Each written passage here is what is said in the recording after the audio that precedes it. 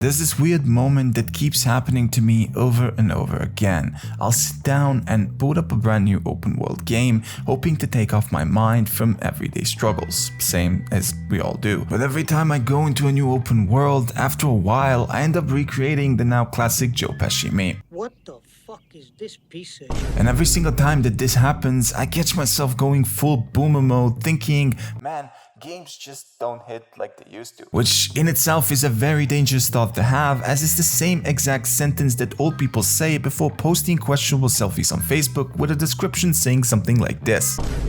So for a long time, I blamed myself. I thought that maybe I had just grown out of it. Maybe growing up rewired my brain to the point where certain games just weren't the same. Maybe the joy I felt when I was younger while mowing people left and right had a subscription fee tied to it now. GTA Plus. Now, over the past year, I've decided to go back and replay every single open world game that was part of my childhood to see if maybe the problem truly was me. Having gone over Bully, the original GTA trilogy, as well as GTA 4, 5, Red Dead Redemption 1 and 2, as well as games like Sleeping Dogs, Watch Dogs, and everyone's favorite knockoff GTA, Saints Row, I came to realize that the industry push for graphical fidelity and realism greatly impacted the user experience in the past few years. Today, we have games that look absolutely stunning, but beneath all of the fancy-looking facade, they are running worse than ever, while costing basically an arm and a leg. Now, throughout the years, gaming companies fought to release a better product than their competitors. The early 2000s as well as the 2010s were 2 decades filled with games that had insane levels of details, polish, as well as a plethora of things to do in them. And the company that ever since the release of GTA 3 has been sitting at the top of gaming innovation is Rockstar Games. A company that doesn't need any major introduction. Everything that you need to know, you most likely already do. Well, except maybe the fact that Sam Houser secretly has an OnlyFans account sponsored solely by Strauss-Zelnick.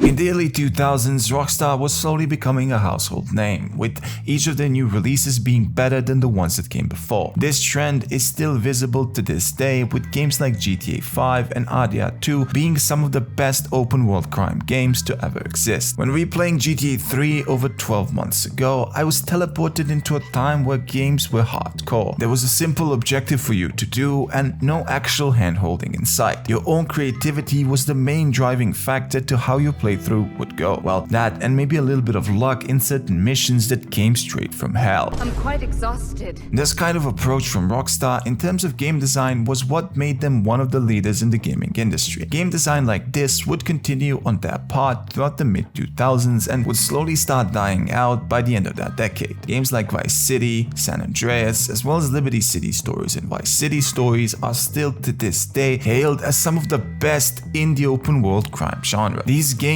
alongside games like Bully, Manhunt, as well as The Warriors, which wasn't exactly a true open world crime game, cemented Rockstar as a giant within the industry itself. But then, a company mostly known for a superb gameplay loop decided to step away a bit from the total freedom that they were giving the player and focus instead on delivering a once-in-a-lifetime story experience. Games like GTA 4, LA Noire, Red Dead Redemption 1 slowly took away the freedom aspect and focused more on a linear gameplay loop where the player was forced to follow a set path in order to complete the mission at hand. This was fully introduced in GTA 5 and then expanded even more in RDR 2, where a lot of missions straight up feel like they're on rails. And let me be clear, I absolutely love both GTA 5 and RDR 2. They are some of my favorite open world crime games that I honestly think will stand the test of time even 50 years from now. But you can't tell me with a straight face that at times they didn't feel like playing the now infamous Rambo on-rails shooter. But it would be foolish of me not to say it how it is, as both games feature certain criteria that ruin a lot of their really fun missions. This is a lot more visible in RDR 2, which, despite having a very linear structure in terms of mission design, is still one of the best, if not the best, open world crime game. And in the next segment of the video, I will explain why, for an open world game, the most important part of the game isn't exactly its mission design, but instead the world that's been built to stand on its own without the player actually doing anything. Most of the time, when we play video games, the first thing we look for is some familiarity, be it in terms of the world, the characters, etc. The player needs something to connect him to the game itself. Hence why today, a lot of open world games made by companies whose name we shouldn't say out loud, but we all know who they are, feel like nothing more than soulless copies of games that we have already played. Games like Mafia 2 and 3 are the best example of games that show the contrast of a time where detail, depth, and immersion were a priority for game studios. Mafia 2 comes from a period in time where the studio crafted a true Mafia experience, something that puts you inside of a world that felt lived in even without your presence. The World War II story bit made you feel sympathy for the main character Vito and pushed the story forward in a way that felt natural, with each mission serving both as a backdrop for gameplay as well as a good way to progress the story. And then Mafia 3 took all of the stuff that made 2 such an amazing experience and turned it into a grindfest that literally felt as if you were playing the same mission over and over again.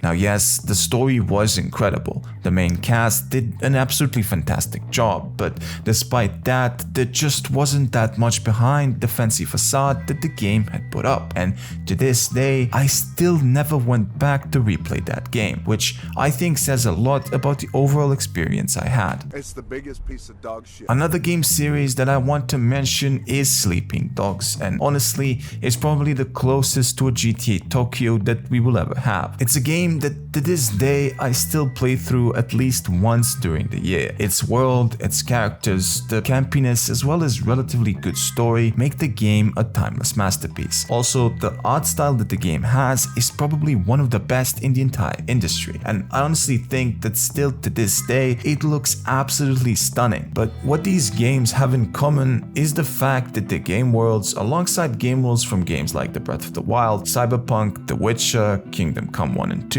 as well as Baldur's Gate 3, and many more that I can't name as the video would end up being 7 hours long, all feel lived in. The player doesn't have to be there for those worlds to exist. Your presence isn't needed. These game worlds all feel as if they are living organisms on their own. You can be there, but you really don't have to be. And this is exactly what Rockstar has been doing ever since the release of GTA 3. In 2001, Liberty City had an atmosphere that for a kid who saw that kind of a 3D open world for the first time would be the most immersive thing ever, as it was the case for me when I first played the 3D era trilogy. And to this day, that game carries the same atmosphere, creepiness, as well as that grit you would expect from a city like Liberty. In each of these games, you could casually stand outside and witness some of the most random things that rarely would be repeated. Your character could observe these worlds without doing absolutely anything, and you would notice random fights break out, people randomly crash their cars, shootouts, police chases, etc. This was the groundwork for what we received in GTA 4, GTA 5, RDR 2, and what we will receive with the release of GTA 6. This kind of open world building is what a lot of companies looking for a quick buck are missing. Once a worthy rival and a game series that garnered a cult following, Saints Row was a true over-the-top parody of the GTA series. Its premise was always absurd. Its story, characters, and settings were the reason many folks actually loved playing those games. And then, out of nowhere, the now infamous Saints Row reboot, which showed how little certain corporate overlords know about what makes a good product. Saints Row went from a franchise that had everything that GTA had to a franchise that faded into obscurity, offering nothing beyond a repetitive gameplay loop and obnoxious characters. Now yes, the co-op kind of made the 2022 reboot a bit more digestible, but on its own, oh my god, not even skinny dipping yourself in holy water can cleanse your body from the absolute cringe that you have to go through. And here we can see how Rockstar managed to stand the test of time. While others were busy trying to replicate their success, they slowly kept moving the bar further and further up. This kind of approach might have cost us the yearly releases that we all loved when we were kids, but it made us appreciate the amount of work, effort, and talent that went into each one of these projects in 2022. 2008. At one point, Rockstar stopped being a game development studio and basically became a studio that created audiovisual spectacles that rivaled movies, shows, as well as video games themselves. After the departure of Dan Houser in 2020, many folks have had major skepticism about GTA 6, the man that ended up writing GTA 4, 5, RDR 1 and RDR 2 now was gone. Now, I know that thankfully a lot of the other talented writers and directors are still there, so the company will definitely be in safe hands, but for many, this move meant that Rockstar was kinda going woke.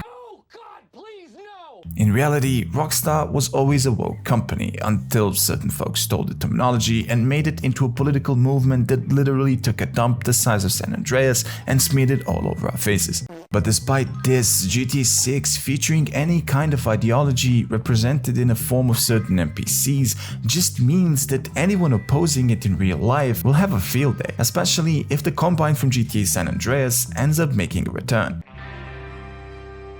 Now, the not so important stuff aside, Rockstar as a company grew from a small studio to one of the largest gaming conglomerates in modern history. Their rise was followed by releases whose sole purpose was to blur the lines between gaming and art. I truly believe that this is one of the main culprits of the feeling I've described at the start of this video. The games they make aren't just games anymore. They're deep philosophical questions about life, friendship, loyalty, respect, and status within society itself. Their worlds, their attention to detail, their environmental storytelling are what I keep looking for in every other game that I end up playing. Games like Watch Dogs 1 and 2, as well as Cyberpunk 2077, all have something that satisfies that itch for immersion left after completing a Rockstar game. But the lack of the little things that makes Rockstar feel special never truly makes those games as enjoyable as I would love them to be. Now yes, this is most likely an issue with open world crime games only, as I don't feel this way towards open world fantasy games or any other open world game for that matter. Yes, I do have a few things that bother me here and there, and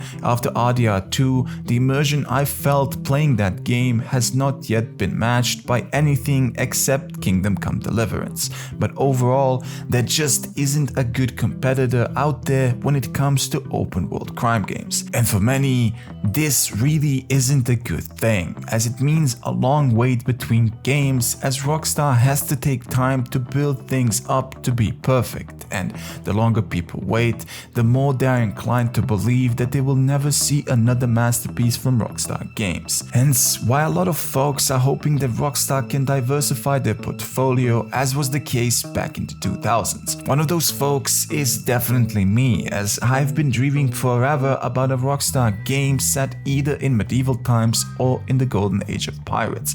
These two type of games have never really been perfected in third person with large multiplayer lobbies. Well, minus Assassin's Creed Black Flag, but a game made by Rockstar following a knight on his way back to his kingdom after his king and comrades fell on the battlefield would be such an amazing game. The same could be true for a Rockstar pirate game. Man, just thinking about this legit makes me sad knowing we probably will never see it happen. Anyways, do you guys think Rockstar as a company ruined open world crime games by making you look for the tiniest details inside of other game worlds? Or is it just that other game studios are lacking behind Rockstar themselves? Let me know your thoughts in the comments below, and feel free to suggest any video game topic that you would like me to cover next. A big thank you for taking time to watch this video, and a massive thank you to all the 1,850 people that ended up subscribing. You folks are the best. If you guys haven't already, please make sure to hit that like button and of course subscribe for a chance to win an RTX 7090 card once this channel reaches 10 million. Stay silly, keep edging, and I'll see you all in the next one. Peace.